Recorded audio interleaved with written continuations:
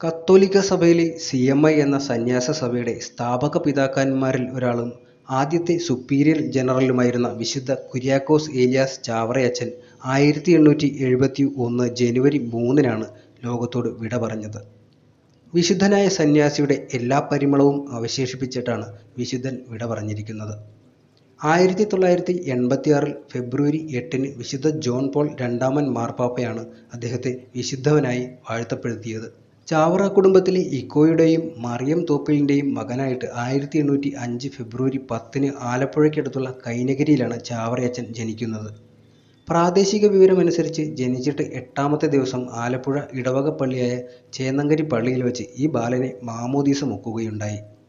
5 വയസ്സ് മുതൽ 10 വയസ്സ് വരെ കുര്യാക്കോസ് ഗ്രാമത്തിലെ വിദ്യാലയത്തിൽ ചേർന്ന് ഒരു ആശാന്റെ കീഴിൽ വിവിധ ഭാഷകളും ഉച്ചാരണ ശൈലികളും പ്രാഥമിക ശാസ്ത്രവും പഠിച്ചു. ഒരു പുരോഹിതനാകണമെന്ന ആഗ്രഹത്തിൽ നിന്നുണ്ടായ പ്രചോദനത്താൽ വിശുദ്ധൻ സെന്റ് ജോസഫ് പള്ളിയിലെ വികാരിയുടെ കീഴിൽ പഠനം ആരംഭിക്കുകയായിരുന്നു. 1818-ൽ കുര്യാക്കോസിന് 13 വയസ്സ് പ്രായമുള്ളപ്പോൾ അദ്ദേഹം മൽപ്പാൻ തോമസ് പാലക്കൽ റെക്ടറായിരുന്ന പള്ളിപ്പുറം സെമിനാരിയിൽ ചേർന്നു. 1829 നവംബർ 29-ന് അർത്തുങ്കൽ പള്ളിയിൽ വെച്ച് പൗരോഹിത്യ പട്ടം സ്വീകരിക്കുകയും ചേന്നങ്കരി പള്ളിയിൽ വെച്ച് ആദ്യമായി വിശുദ്ധ കുർബാന അർപ്പിക്കുകയും ചെയ്തു. പൗരോഹിത്യ പട്ട സ്വീകരണത്തിന് ശേഷം അദ്ദേഹം കുറച്ചുകാലം സുവിശേഷ വേലകളുമായി കഴിഞ്ഞുകൂടി. എന്നിരുന്നാലും പഠിപ്പിക്കുവാനും മൽപ്പാൻ തോമസ് പാക്കലിൻ്റെ അസാന്നിധ്യത്തിൽ അദ്ദേഹത്തിൻ്റെ ജോലികൾ ചെയ്യുവാനുമായി അദ്ദേഹം സെമിനാരിയിൽ തിരികെ എത്തുകയുണ്ടായി. അങ്ങനെ മൽപ്പാന്മാരായ തോമസ് പോരൂക്കരയുടെയും തോമസ് പാലക്കലിൻ്റെയും നേതൃത്വത്തിൽ തദ്ദേശീയമായ ഒരു സന്യാസ സഭ സ്ഥാപിക്കുവാനുള്ള ശ്രമത്തിൽ ചാവറയച്ചനും പങ്കാളിയായി. ഈ സന്യാസ സഭയുടെ ആദ്യത്തെ ആത്മീയ ഭവനത്തിൽ നിർമ്മാണ മേൽനോട്ടം വഹിക്കുന്നതിനായി 1830-ൽ അദ്ദേഹം മാന്നാനത്തേക്ക് പോവുകയുണ്ടായി. തൻ്റെ ഗുരുക്കന്മാരായ 2 മൽപ്പാന്മാരുടെയും മരണത്തോടെ ചാവറയച്ചൻ നായകത്വം ഏറ്റെടുക്കുകയായിരുന്നു. പിന്നീട് 1855-ൽ തൻ്റെ 10 സഹചാരികളുമൊത്ത് കുര്യാക്കോസ് ഏലിയാസ് ഹോളി ഫാമിലി എന്ന പേരിൽ ഒരു വൈദിക സമൂഹത്തിന് രൂപം കൊടുത്തു. 1856 മുതൽ 1871-ൽ ചാവറയച്ചൻ മരിക്കുന്നതുവരെ ഈ സഭയുടെ എല്ലാ ആശ്രമങ്ങളുടെയും പ്രിയർ ജനറൽ അദ്ദേഹം തന്നെയായിരുന്നു. 1861-ൽ മാർപ്പാപ്പയുടെ ആധികാരികതയും അംഗീകാരവും ഇല്ലാതെയുള്ള മാർ തോമസ് റക്കോസിൻ്റെ വരവോടുകൂടി കേരള സഭയിൽ ഒരു മതപരമായ ഭിന്നത ഉടലെടുത്തു. തുടർന്ന് വരാപ്പുഴ മെത്രാപ്പോലീത്ത വിശുദ്ധ കുര്യാക്കോസ് ഏലിയാസ് ചാവറയെ സീറോ മലബാർ സഭയുടെ വികാരി ജനറൽ ആയി നിയമിക്കുകയായിരുന്നു. കേരള സഭയെ തോമസ് റക്കോസ് ശിശ്മയിൽ നിന്നും രക്ഷിക്കുവാനായി ചാവറയച്ചൻ നടത്തിയ ഐതിഹാസികമായ പോരാട്ടങ്ങളെ പ്രതി പിൽക്കാല സഭാ നേതാക്കളും കത്തോലിക്ക സമൂഹവും പൊതുവെയും അദ്ദേഹത്തോട് കടപ്പെട്ടിട്ടുണ്ട്. വിശുദ്ധൻ്റെ ഭൗതികാവശിഷ്ടങ്ങൾ അദ്ദേഹം മരിച്ച സ്ഥലമായ കൂനമാവിൽ നിന്നും മാന്നാനത്തേക്ക് കൊണ്ടുവരികയും അവിടെ ഭക്തിപൂർവ്വം അവിടുത്തെ സെന്റ് ജോസഫ് ആശ്രമത്തിൽ സൂക്ഷിക്കുകയും ചെയ്തിട്ടുണ്ട്.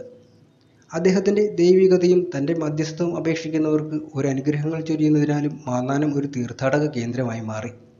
എല്ലാ ശനിയാഴ്ചകളും ആയിരക്കണക്കിന് ജനങ്ങൾ വിശുദ്ധൻ്റെ ഖബറിടത്തിൽ വരികയും വിശുദ്ധ കുർബാനയിലും നൊവേനയിലും പങ്കെടുക്കുകയും ചെയ്യുന്നുണ്ട്.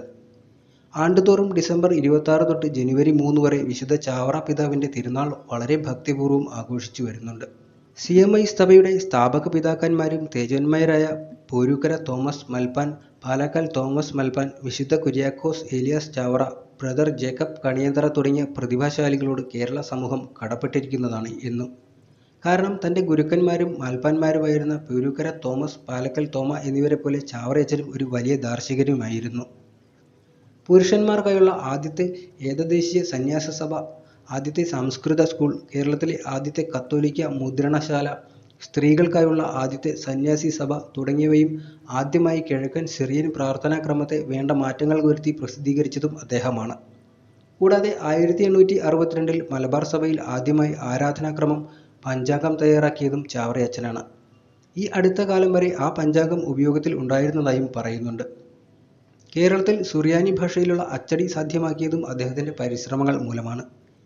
മാന്നാനത്ത് മലയാളത്തിലുള്ള ആദ്യത്തെ പ്രാർത്ഥനാ പുസ്തകം അച്ചടിച്ചതും അദ്ദേഹത്തിൻ്റെ നേതൃത്വത്തിലാണ്. മാന്നാനത്തെ ആദ്യത്തെ ആത്മീയ ഭവനം കൂടാതെ കേരളത്തിൻ്റെ വിവിധ ഭാഗങ്ങളിലായി അനേകം ആശ്രമങ്ങൾ സ്ഥാപിക്കുകയും പുരോഹിതരെ പഠിപ്പിക്കുന്നതിനും രൂപപ്പെടുത്തുന്നതിനുമായി സെമിനാരികളും പുരോഹിതർക്കും ജനങ്ങൾക്കും ആണ്ടുതോറുമുള്ള ധാന്യങ്ങൾ, 40 മണിക്കൂർ ആരാധന, രോഗികൾക്കും അഗതികൾക്കുമുള്ള ഭവനം, ക്രിസ്ത്യാനികളാകുവാൻ തയ്യാറെടുക്കുന്നവർക്ക് പ്രത്യേക ശ്രദ്ധ, പൊതുവിദ്യാഭ്യാസത്തിനായി സ്കൂളുകൾ തുടങ്ങിയവ കുര്യാക്കോസ് ഏലിയാസ് ചാവറയുടെ നേതൃത്വത്തിൽ നടന്ന നിരവധി പ്രവർത്തനങ്ങളിൽ ചിലത് മാത്രമാണ്. ഇതിനു പുറമെ 1866 വൈദികനായ ലിയോപോൾ ബെക്കോറോ OCDയുടെ സഹകരണത്തോടുകൂടി സ്ത്രീകൾക്കായി മദർ ഓഫ് കാർമൽ എന്ന പേരിൽ ഒരു സന്യാസി സമൂഹത്തിന് രൂപം നൽകി. തൻ്റെ വിശ്രമമില്ലാത്ത പ്രവർത്തനങ്ങൾക്കും പദ്യങ്ങൾക്കും ഗദ്യങ്ങൾക്കും ചില ഗ്രന്ഥങ്ങൾ വിശ്വാസികൾക്കായി രചിക്കുവാൻ ചാവറയച്ചന് കഴിഞ്ഞിട്ടുണ്ട്. ഒരു നല്ല പിതാവിൻ്റെ ചാവരുകൾ എന്ന അദ്ദേഹത്തിൻ്റെ ക്രിസ്തീയ കുടുംബങ്ങൾക്കായിട്ടുള്ള ഉപദേശങ്ങൾ ലോകമെങ്ങും പ്രായോഗികവും ഇപ്പോഴും പ്രസക്തവുമാണ്. പ്രാർത്ഥനയും ദാനധർമ്മങ്ങളും ഒഴിവാക്കാതിരുന്ന അദ്ദേഹത്തിൻ്റെ നിരവധിയായ മതപരവും സാമൂഹ്യപരവുമായ പ്രവർത്തനങ്ങൾക്കും തനിക്ക് ചുറ്റും ആത്മീയത പരത്തുവാൻ വിശുദ്ധന് കഴിഞ്ഞിട്ടുണ്ട്. അതിനാൽ ചാവറയച്ചൻ്റെ ആദ്യകാലങ്ങളിൽ തന്നെ അദ്ദേഹത്തെ ഒരു ദൈവിക മനുഷ്യനായി പരാമർശിച്ചു തുടങ്ങിയിരുന്നു. 1871 വിശുദ്ധ ഏലിയാസ് കുര്യാക്കോസ് ചാവറ മരിച്ചത്. എന്നിരുന്നാലും 1936 CMI സഭയുടെ പൊതുസമ്മേളനത്തിൽ ചാവറയച്ചൻ്റെ വിശുദ്ധ പദവിക്കുള്ള മാർഗങ്ങളെപ്പറ്റി ചർച്ച ചെയ്തത്. വാസ്തവത്തിൽ 1926 മാത്രമാണ് സിറോ മലബാർ സഭയുടെ പുരോഹിത സമ്പ്രദായത്തിൻ്റെ ഭരണഘടന നിലവിൽ വന്നത്. ഇതിനുശേഷം മാത്രമാണ് വിശുദ്ധ പദവിയെക്കുറിച്ചുള്ള ആശയം ചൂടുപിടിച്ചത്. ഫാദർ വലേരിയൻ പ്ലാത്തോട്ടം മതിയാകും വിധം വലുപ്പത്തിൽ വിശുദ്ധൻ്റെ ഒരു ജീവചരിത്ര രേഖ എഴുതുകയും 1939 പ്രസിദ്ധീകരിക്കുകയും ചെയ്തിട്ടുണ്ട്. വിശുദ്ധൻ്റെ മധ്യസ്ഥം അപേക്ഷിച്ചവർക്ക് ലഭിച്ച അത്ഭുതകരമായ സഹായങ്ങൾ റിപ്പോർട്ട് ചെയ്യപ്പെടുകയും ചെയ്തു. താൻ രോഗാവസ്ഥയിലായിരിക്കെ വിശുദ്ധ ചാവറയച്ചൻ 2 പ്രാവശ്യം തൻ്റെ മുൻപിൽ പ്രത്യക്ഷപ്പെട്ടുവെന്നും തൻ്റെ വേദനയിൽ നിന്നും ആശ്വാസം നൽകിയെന്നും 1936 വിശുദ്ധ അൽഫോൻസാമ തന്നെ സാക്ഷ്യപ്പെടുത്തിയിട്ടുണ്ട്. മതിയായ അന്വേഷണങ്ങൾക്ക് ശേഷം 1953 പരിശുദ്ധ സഭയോട് വിശുദ്ധീകരണ നടപടികൾ തുടങ്ങണം എന്നപേക്ഷിച്ചുകൊണ്ട് റോമിലേക്ക് ഒരു അപേക്ഷ അയക്കുകയുണ്ടായി. 1955 ചങ്ങനാശ്ശേരി മെത്രാപ്പോലീത്തയായ മാർ മാത്യു കാവുളക്കാട്ട് രൂപതാതലത്തിലുള്ള നടപടികൾ ആരംഭിക്കാൻ ആവശ്യപ്പെട്ടുകൊണ്ട് റോമിൽ നിന്നും നിർദ്ദേശം ലഭിച്ചു. ആദ്യപടിയായി മാർ മാത്യു കാവുകാട്ട് ആരുടെയെങ്കിലും പക്കൽ ചാവറയച്ചനെ സംബന്ധിച്ച എന്തെങ്കിലും രേഖകളുണ്ടെങ്കിൽ മെത്രാൻ്റെ പക്കൽ സമർപ്പിക്കണമെന്നും ഈ ഉദ്യമത്തിൻ്റെ വിജയത്തിനായി പ്രാർത്ഥിക്കണമെന്നും ആവശ്യപ്പെട്ടുകൊണ്ട് ഒരു ഔദ്യോഗിക അറിയിപ്പ് നൽകി. അതിനുശേഷം 1957 ചരിത്രപരമായ പഠനങ്ങൾക്കായി ഒരു കമ്മീഷനെ നിയമിച്ചു. 1962 2 സഭാകോടതികൾ ഇതിനായി നിലവിൽ വരുത്തി. ഇതിൽ ആദ്യത്തെ കോടതിയുടെ ചുമതല ചാവറയച്ചൻ്റെ എഴുത്തുകളും രേഖകളും സൂക്ഷ്മമായി പരിശോധിക്കുകയും രണ്ടാമത്തെ കോടതിയുടെ ചുമതല ക്രിസ്തീയ നായക ഗുണങ്ങൾ നിറഞ്ഞ ഒരു ജീവിതമാണോ ചാവറ പിതാവ് നയിച്ചിരുന്നത് എന്ന് അന്വേഷിക്കുകയുമായിരുന്നു. 1969 മൂന്നാമതായി ഒരു കോടതി സ്ഥാപിച്ച് അനൗദ്യോഗികമായിട്ടുള്ള പൊതു വണക്കം വിശുദ്ധ ഏലിയാസ് ചാവറയ്ക്ക് നൽകിയിട്ടുണ്ടോ എന്ന കാര്യം അന്വേഷിക്കുകയും ചെയ്തു. 1970 അന്നത്തെ മെത്രാപ്പോലീത്തയായിരുന്ന മാർ ആന്റണി പടിയറ എല്ലാ കോടതികളുടെയും പ്രവർത്തനം ഔദ്യോഗികമായി ഉപസംഹരിച്ചു. ഈ രേഖകളെല്ലാം റോമിലെ ആചാരങ്ങളുടെ ചുമതലയുള്ള പരിശുദ്ധ സഭയ്ക്ക് അയച്ചു കൊടുത്തു. സഭ 1978 13 അംഗങ്ങളുള്ള ഒരു സമിതി രൂപീകരിക്കുകയും വിശുദ്ധീകരണ നടപടികൾക്കുള്ള തങ്ങളുടെ അനുവാദം നൽകുകയും ചെയ്തു. ഇതിനിടയ്ക്ക് ദൈവശാസ്ത്രജ്ഞന്മാരുടെ സ്ഥിതി ചാവറയച്ചൻ നന്മ നിറഞ്ഞ ഒരു ജീവിതമാണ് നയിച്ചിരുന്നതെന്ന് പ്രഖ്യാപിച്ചു. 1980 മാർച്ച് 15 വിശുദ്ധ കുര്യാക്കോസ് ഏലിയാസ് ചാവറയുടെ വിശദീകരണത്തിനുള്ള നാമനിർദ്ദേശം പരിശുദ്ധ സഭയ്ക്ക് മുൻപാകെ സമർപ്പിക്കപ്പെട്ടു.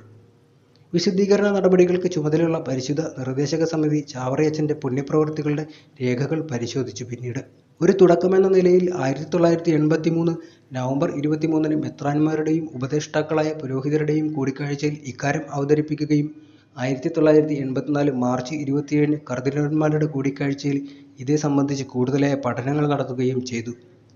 ചാവറയച്ചൻ്റെ ദൈവികവും ധാർമ്മികവുമായ മൂല്യങ്ങൾക്കനുസൃതമായ ജീവിതത്തെയും പ്രവർത്തനങ്ങളെക്കുറിച്ചുള്ള വ്യക്തമായ തെളിവുകളിൽ അവർ സംതൃപ്തി പ്രകടിപ്പിക്കുകയും ഈ വിവരങ്ങളടങ്ങുന്ന ഒരു വ്യക്തമായ റിപ്പോർട്ട് ജോൺ പോൾ രണ്ടാമൻ മാർപ്പാപ്പ മുമ്പാകെ സമർപ്പിക്കുകയും ചെയ്തു. അവസാനം വിശുദ്ധൻ്റെ പുണ്യപ്രവൃത്തികളെ അംഗീകരിച്ചുകൊണ്ട് പരിശുദ്ധ നിർദ്ദേശക സമിതി സമർപ്പിച്ച രേഖകളിൽ പാപ്പ തൻ്റെ ഔദ്യോഗിക മുദ്ര ചാർത്തുകയും 1984 ഏപ്രിൽ 7 ഔദ്യോഗികമായി പ്രഖ്യാപിക്കുകയും ചെയ്തു. ധന്യനായ ചാവറയച്ചൻ്റെ മധ്യസ്ഥതയാൽ നടന്നുവെന്ന് പറയപ്പെടുന്ന ഒരു രോഗശാന്തി വിദഗ്ധരായ ഡോക്ടർമാർ പരിശോധിച്ചതിനു ശേഷം അത് ഒരു അത്ഭുതമെന്ന് കണ്ടെത്തുകയും ചെയ്തിട്ടുണ്ട്. ഈ കണ്ടെത്തലിനെ പരിശുദ്ധ സമിതി സ്വീകരിക്കുകയും ചെയ്തു. ഇത് ചാവറയച്ചൻ എന്ന വാഴ്ത്തപ്പെട്ടവൻ എന്ന പദവിക്കർഹനാക്കി. തുടർന്ന് 1986 ഫെബ്രുവരി 8 ശനിയാഴ്ച പരിശുദ്ധ പിതാവ് ജോൺ പോൾ രണ്ടാമൻ മാർപ്പാപ്പ കോട്ടയത്തെ നാഗമ്പടം മൈതാനത്ത് വെച്ച് ധന്യനായ ദൈവദാസൻ കുര്യാക്കോസ് ഏലിയാസ് ചാവറയെയും അൽഫോൺസ മുട്ടത്തുപാടത്തിനെയും വാഴ്ത്തപ്പെട്ടവരായി പ്രഖ്യാപിച്ചു. 2014 നവംബർ 23 ഫ്രാൻസിസ് പാപ്പ വാഴ്ത്തപ്പെട്ട ചാവറ പിതാവിനെ വിശുദ്ധൻ എന്ന പേര് നൽകി ആദരിക്കുകയുണ്ടായി.